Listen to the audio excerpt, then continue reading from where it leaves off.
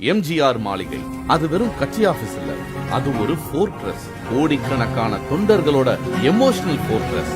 அந்த பால்கனி வெறும் சிமெண்ட் தளம் இல்ல, அது தமிழ்நாட்டோட பவர் சென்டர். அங்கிருந்து ஒரு குரல் வந்தா ஒட்டுமொத்த இந்தியாவும் அலரும். இந்தியாவையே திரும்பி பார்க்க வச்ச பல தேசிய திட்டங்களோட ஆரம்ப புள்ளி இந்த ராயப்பேட்டை கோட்டை தான். புரட்சி தலைவர் அந்த பால்கனில நின்னு ரெட்டை இலைய காட்டினா அது தமிழ்நாட்டோட ஹிஸ்டரியில ஒரு புது சாப்டரை உருவாக்கும். புரட்சி தலைவி அம்மா அங்க நின்னு கையசைச்சா டெல்லிக்கே வார்னிங் பெல் அடிக்கும்.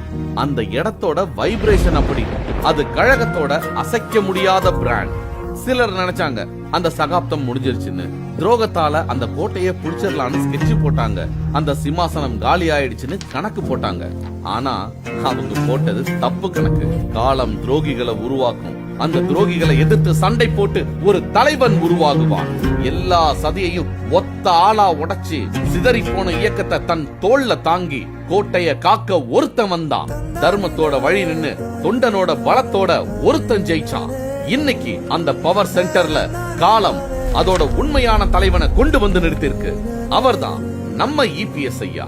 இது அவருக்கு பரிசா கிடைச்சதில்ல, துரோகத்தோட தலைய மிதிச்சு எதிரிகளோட சதியை ஜெயிச்ச அவருக்கு தொண்டர்கள் கொடுத்ததுதான் இந்த லெகசி. எம்ஜிஆர் ஒரு சகாப்தம், அம்மா ஒரு சகாப்தம். இப்போ அந்த பால்கனில இருந்து கழகத்தோட அடுத்த சகாப்தம் ஆரம்பமாகுது. The future begins here and all of India will watch. Veerana, Surana, Asurana.